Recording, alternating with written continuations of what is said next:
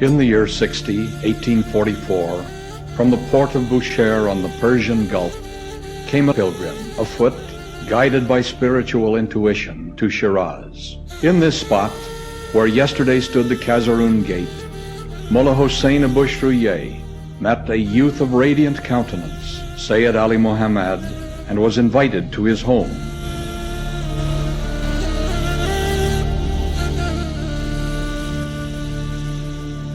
Walking through the crooked street, they passed by the Ilkhani Mosque, where Mullah Hussein's brother and nephew awaited him. Traversing the narrow cobbled lanes of the obscure Shamshirgaran quarter, they came to the door of a modest house. At a knock, an Ethiopian servant opened the door, whereupon the Bab, addressing his guest, uttered the Quranic verse, "Enter therein in peace, secure."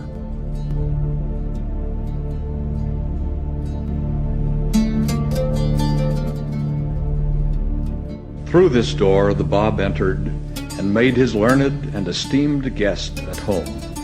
Seating themselves, the Bab poured the water for Mullah Hussein's ablutions, then offered him a refreshing beverage and himself prepared the tea, after which they shared evening prayers. About an hour after sunset, the Bab began to give to Mullah Hussein the proofs that he was that man of unsurpassed holiness whose cause would be initiated by none other than the Lord of the Age. Beneath this ceiling sat the two young men, he who was the new revealer and he who was the first disciple. On that lamplit evening, the blessed Bab presented clear proofs of his mission and confirmed the teachings of Sheikh Ahmad and Sayyid Kazem. In that room, he revealed what was to become the initial chapter of his first, greatest and mightiest work, the Qayyum ul-Asma.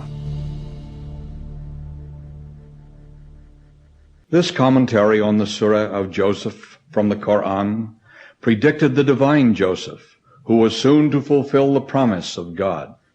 On that night of nights, at the third hour after sunset, God's new manifestation broke bread with his disciple.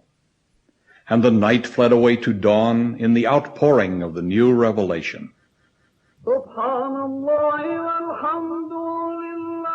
It was the dawn of arousal of all men from their spiritual slumbers, the hour when the voice of Gabriel from the tongue of Mullah Hussein cried out, "Awake, for lo, the morning light is broken, and the promised one is come."